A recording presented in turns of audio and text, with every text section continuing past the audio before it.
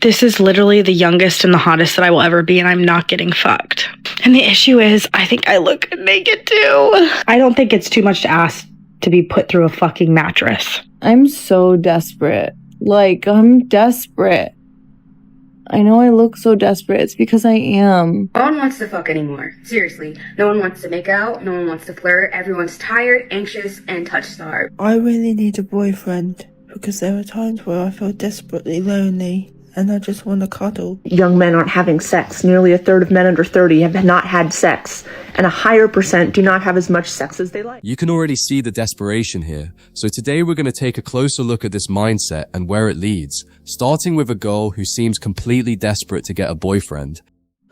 I really need a boyfriend because there are times where I feel desperately lonely and I just want to cuddle. There's times where I just lay in bed at night looking at the ceiling, thinking, will I ever find someone?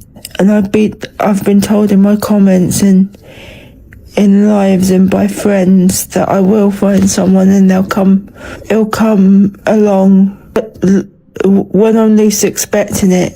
But I've begun to believe that that won't happen and I'll never find that one person. And you know how heartbreaking that is for me to feel like that, because to be loved is something I've always wanted. I don't ask for much, I just want to be loved and I want someone to be able to cuddle me. So I really need a boyfriend. Honestly, this is actually sad to hear. You can tell she's not even talking about money or status. She just feels lonely and wants real love and comfort. But this level of desperation is dangerous too, because when someone feels like they need a relationship to feel complete, they usually end up accepting the wrong people just to avoid being alone. And that loneliness can make people ignore red flags they normally wouldn't ignore. I just wanted to confess something to you guys. I'm so desperate. Like, I'm desperate. I know I look so desperate. It's because I am.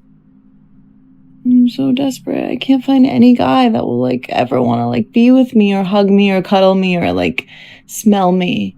There's just nobody out there. It's just really hard. You know, everywhere I go, I get ignored and denied, and I'm really desperate. Please help. For years, a lot of people laughed at male loneliness like it wasn't a real issue. But now that same feeling of isolation is starting to hit them too, and suddenly it feels serious, because social media attention was never the same thing as real love, commitment, or genuine connection. Likes, compliments, and followers can't replace having someone who actually cares about you in real life. Why are there so many single women out here that are struggling to find a man? Well, I'm going to tell you the reason, but you're not going to like the answer. Now, this may not apply to you, so don't take offense. But if you do, maybe you need to reflect why it makes you offended. Honestly, a lot of women treat men like trash. A lot of women take men for granted.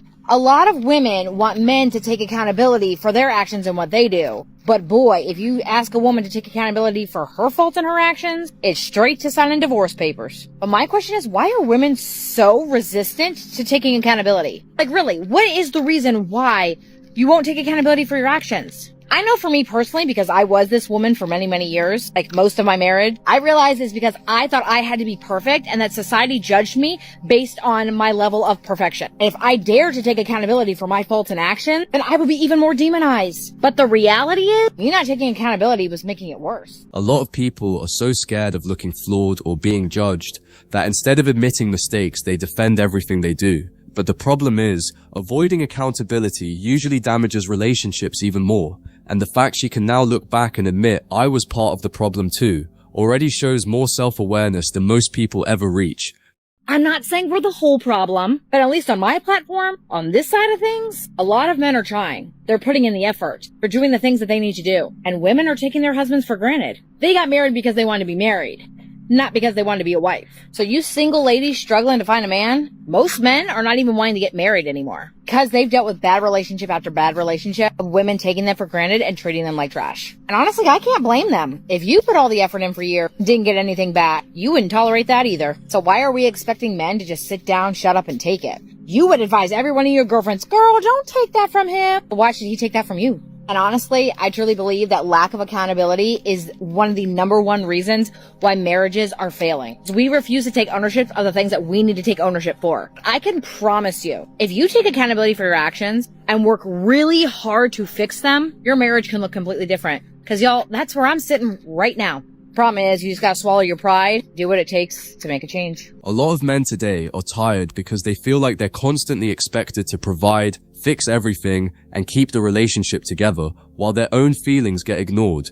And the points you made about some people wanting the wedding more than actually wanting to be a good partner, that's something a lot of relationships struggle with, because marriage only works when both people are willing to reflect, admit mistakes, and improve. The moment ego becomes more important than accountability, things slowly start falling apart.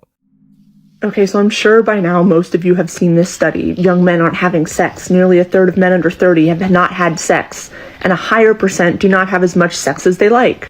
So the fact that anybody finds this surprising is mystifying to me, and just tells me that they've never talked to women, which is probably why they're not having any sex. So maybe I can help clear a few things up. Women are realizing more and more that they actually don't have to have sex if they don't enjoy it. They're placing a higher value on their own pleasure.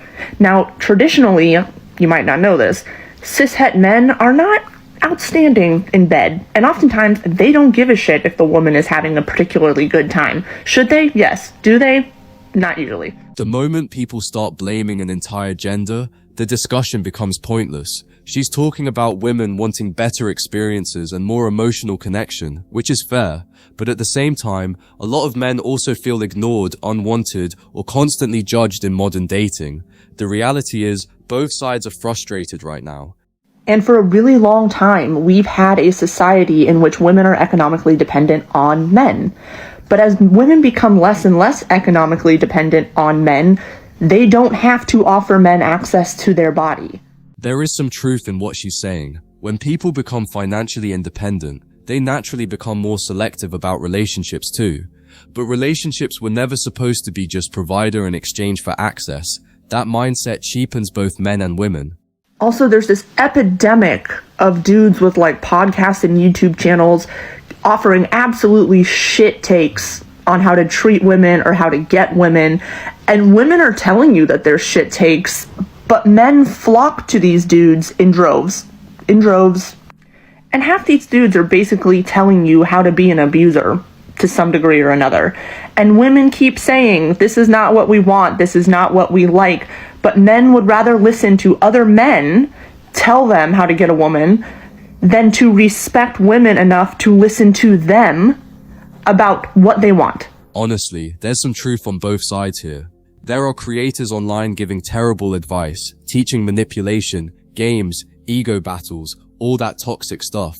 But at the same time, a lot of men follow those channels because they already feel frustrated, rejected, or unheard in modern dating, so they start looking for answers anywhere they can find them.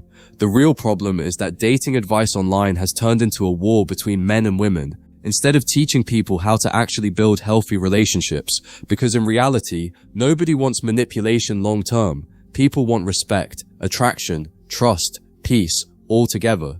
Alright guys, we're gonna leave it there for today. If you enjoyed the breakdown, hit subscribe before you head out, and I'll see you in the next one. Take care.